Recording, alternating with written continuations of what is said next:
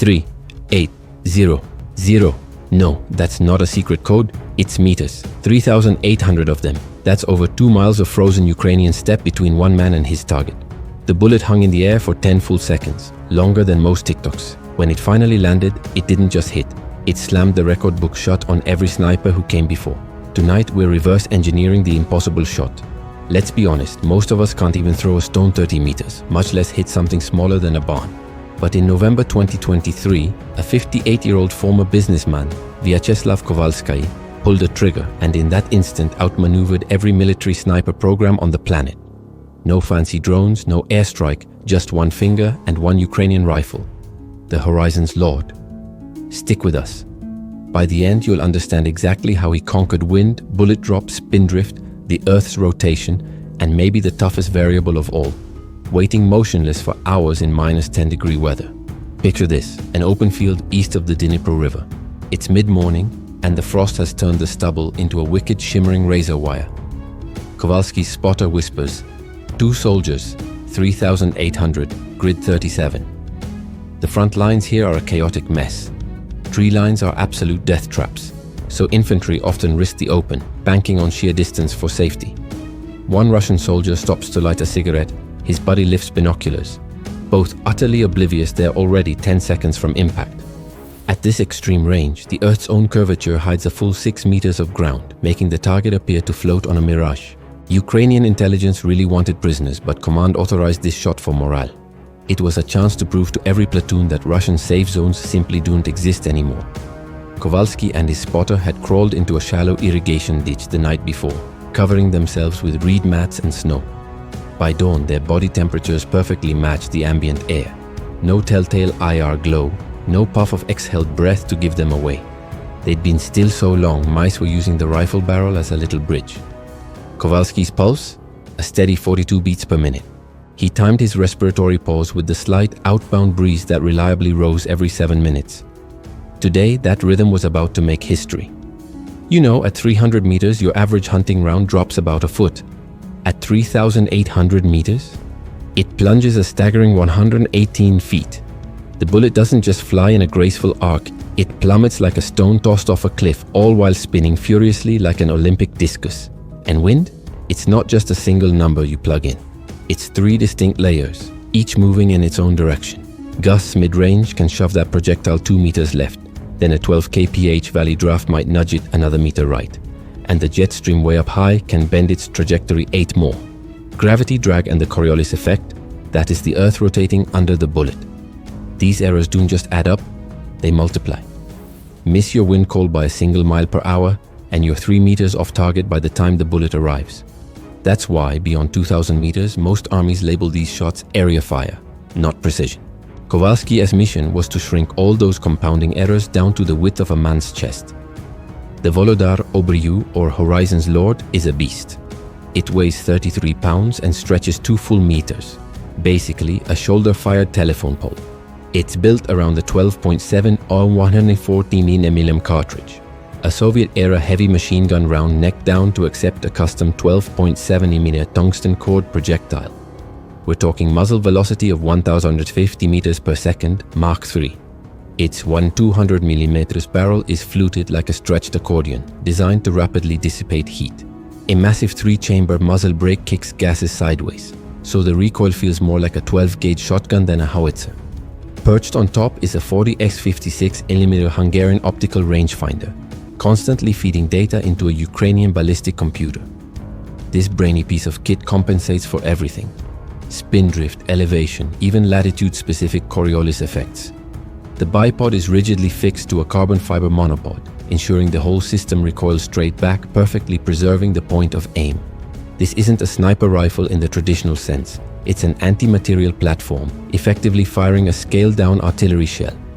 Pull the trigger, and 240 grains of propellant ignite, unleashing enough joules to punch through engine blocks, or deliver justice across 4 kilometers. Forget factory ammo here. Its tolerances are just too wide, stacking up to more than 30 millimeters of error. Kowalski's team loads each and every round by hand on a bench ingeniously crafted from a cut-up Russian ammo crate. The brass is trimmed to the 1,000th of an inch. Cartridge necks turned for perfectly uniform tension, and flash holes meticulously deburred to ensure a smooth flame front. Powder is weighed to an insane 0.02 grain, that is the equivalent of 2 tiny sesame seeds. The bullets themselves are lathe-turned solid copper with a rebated boat tail and a pointed meplat. The ogive radius is precisely matched to the rifle's freebore, guaranteeing identical engraving force on every shot. The result? Muzzle velocity spread across 10 test rounds was a mere 5 feet per second, world-class bench rest numbers. And the primers? Russian origin, surprisingly. Their cup hardness resists the brutal 55,000 psi spike without piercing. Each finished cartridge is measured, numbered, and carefully stored in a plastic toothpaste tube specifically to keep solvents off the crown.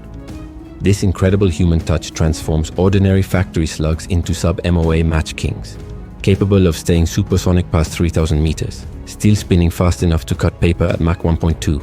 The ballistic solver spits out its gospel: 24.7 mils of elevation, 4.2 mils of left windage. The temperature is -8 Celsius, making the air thick as syrup, which boosts drag. Humidity sits at 92%, raising the Mach crossover point, so the bullet remains stable for longer. Pressure reads 995 HPA, the station elevation is 112 meters, and the latitude is 48.2 degrees. The Coriolis effect, that subtle rotation of our planet, will drift around 1.2 meters to the right over its 10-second flight. Kowalski dials that out with a 0.3 mil left correction. Spin drift adds another 0.6 meters right, so he holds his cheek slightly off the stock, correcting 0.1 mil left. The spotter lasers a building 1,950 meters away, reading a 6.8 meters per second full value wind. He halves that for the mid-ground, quarters it near the target, and feeds that precise vector into the solver. Final data locked. Hold 2.7 mils left edge, press 2.2 kilograms through the trigger. The only variable left, his own heartbeat. Exhale, pause, squeeze during that natural respiratory lull.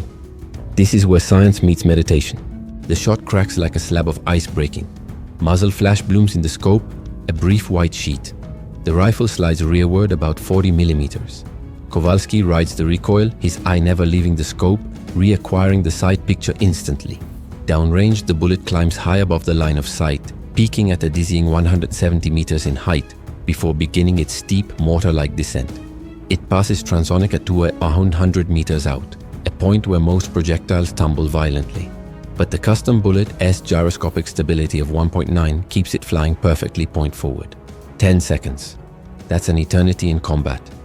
You could read 2 tweets, stir your coffee, or watch a kettle boil. The spotter counts it down. 6, 7, 8. On 9, the Russian standing furthest suddenly spasms. A gruesome pink mist blooms like a poppy in July. His partner freezes, not yet hearing the report. The bullet arrives before the sound does. By the time the supersonic crack reaches them, the second soldier is already prone behind a stump. No second shot is needed. Mission accomplished. Both snipers remain still for another hour, scanning, letting the adrenaline slowly seep into the snow around them. The GPS log records it. 3,800 meters flat. Later, drone footage and crater analysis confirm the kill. Paperwork is sent to the SBU, and just like that, the world record leaps an astonishing 260 meters past the Canadian JTF-2 shot fired in Mosul 6 years earlier. If you're finding this deep dive into the physics of extreme marksmanship as fascinating as we are, do us a favor, hit that subscribe button and ring the bell. We've got plenty more where this came from. Drop a comment below and tell us the longest shot you've ever witnessed. And definitely stick around, because we still need to cover what this incredible feat actually means for future wars.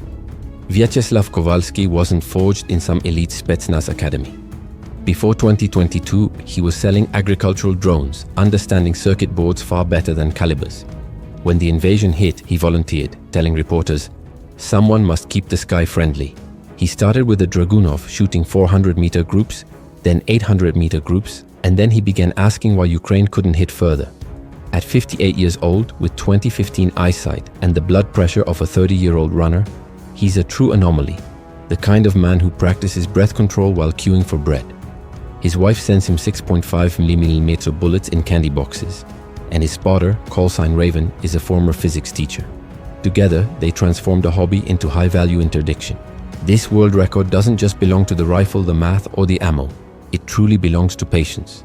2 days of crawling, 18 hours motionless, finger on the glass, waiting for the wind to line up like planets. Warfare at its core is risk management. Commanders naturally avoid sending troops where 4-kilometer precision exists.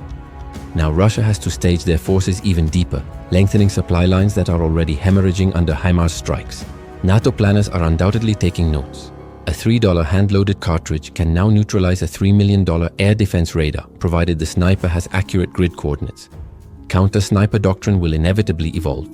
Expect to see thermal drones on 24-hour loiters, acoustic trip arrays, and smoke curtains deployed around key hardware. Meanwhile, Ukraine's defense plants are already shipping the Horizon's Lord Mackay coup, featuring a carbon-wrapped barrel that shaves off 4 pounds. Expect export requests to flood in.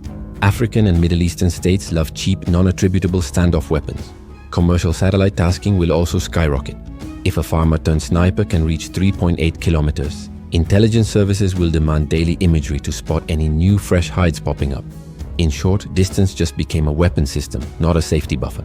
So, the next time you're happily plinking a paper target at 100 yards, feeling proud of your one Moe group, just remember, a 58-year-old former seed drone salesman just threaded a needle 4 kilometers away with a bullet that flew longer than most pop songs. He did it with homemade ammo, a calculator, and the same planet we live on tilting under his knees.